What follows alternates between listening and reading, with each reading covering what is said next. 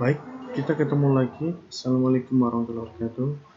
Pada kesempatan kali ini kita akan membahas tentang diagnosa keperawatan. Diagnosa keperawatan ini beda dengan diagnosa medis, ya. Kalau diagnosa keperawatan itu lebih fokus pada keluhan utama pasien. Kalau diagnosa medis lebih ke penyakit, ya. Dari pengertiannya, diagnosa keperawatan adalah penilaian klinis perawat tentang respon klien atau individu, keluarga, atau komunitas terhadap proses kehidupan atau masalah kesehatan yang aktual dan potensial.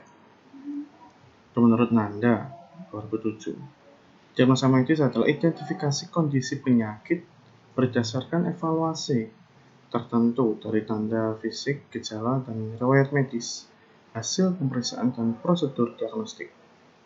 Masalah kolaborasi adalah komplikasi fisiologis aktual atau potensial yang dipantau perawat untuk mendeteksi perubahan status pasien. Masalah kolaboratif di sini masalah yang memerlukan kolaborasi dari berbagai profesi kesehatan untuk menanganinya.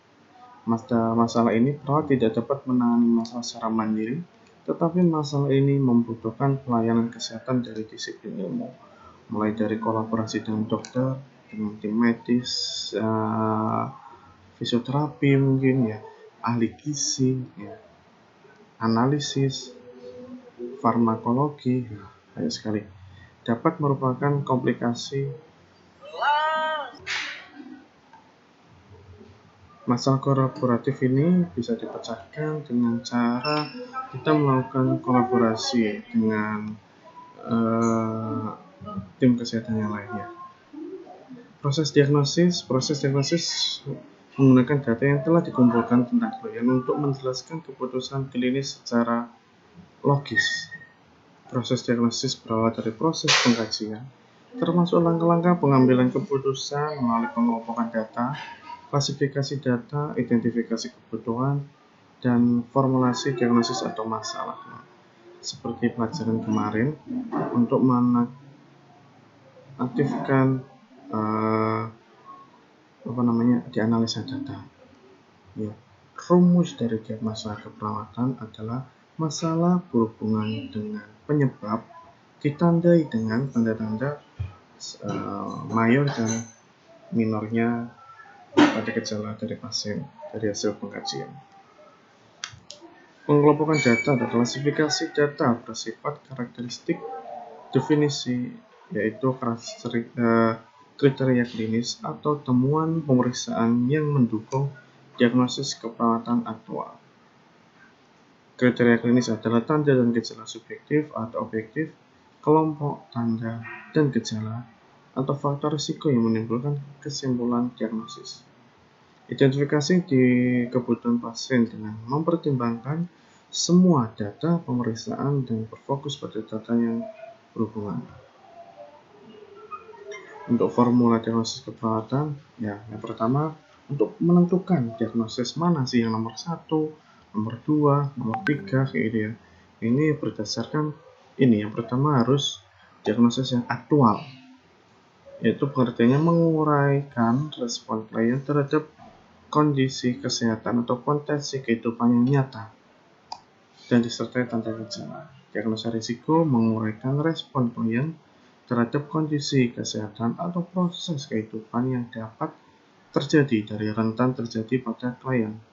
Hal ini didukung oleh adanya faktor risiko yang berkontribusi pada kerentanan tersebut.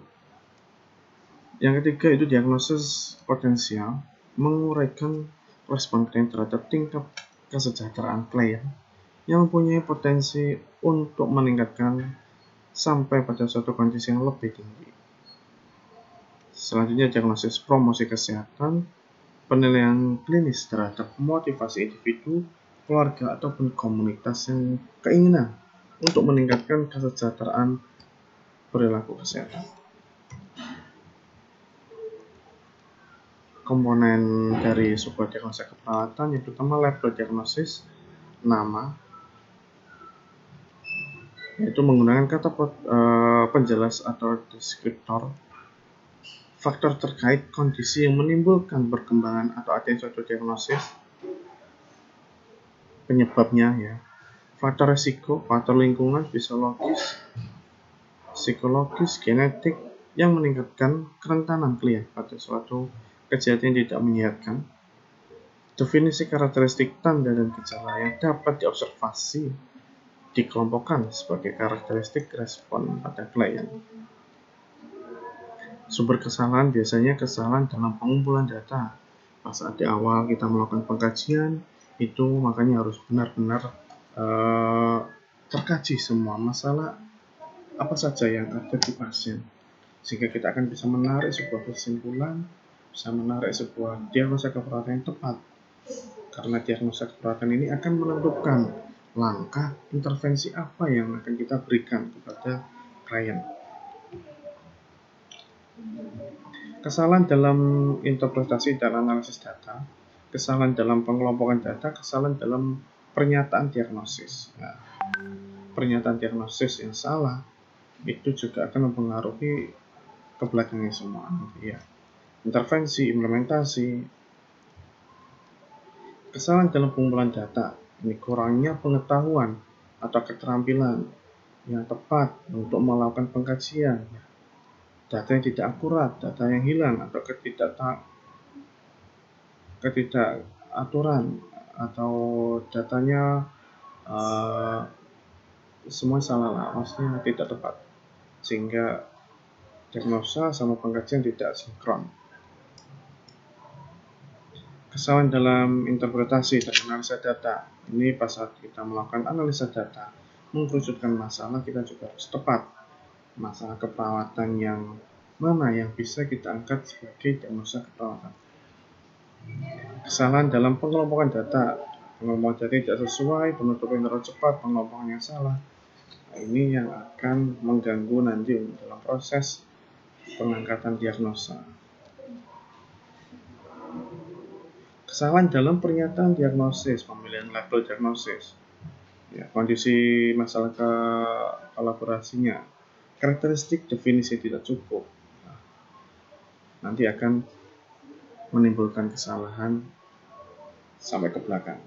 Oke, mungkin dari saya sekian dari saya untuk menjelaskan tentang bagaimana kita mengangkat sebuah diagnosa.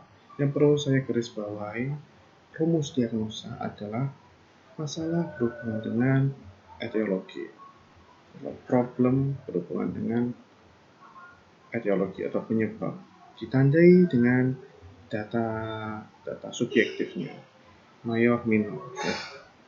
Sekian dari saya, terima kasih. Kami ucapkan Assalamualaikum warahmatullahi wabarakatuh.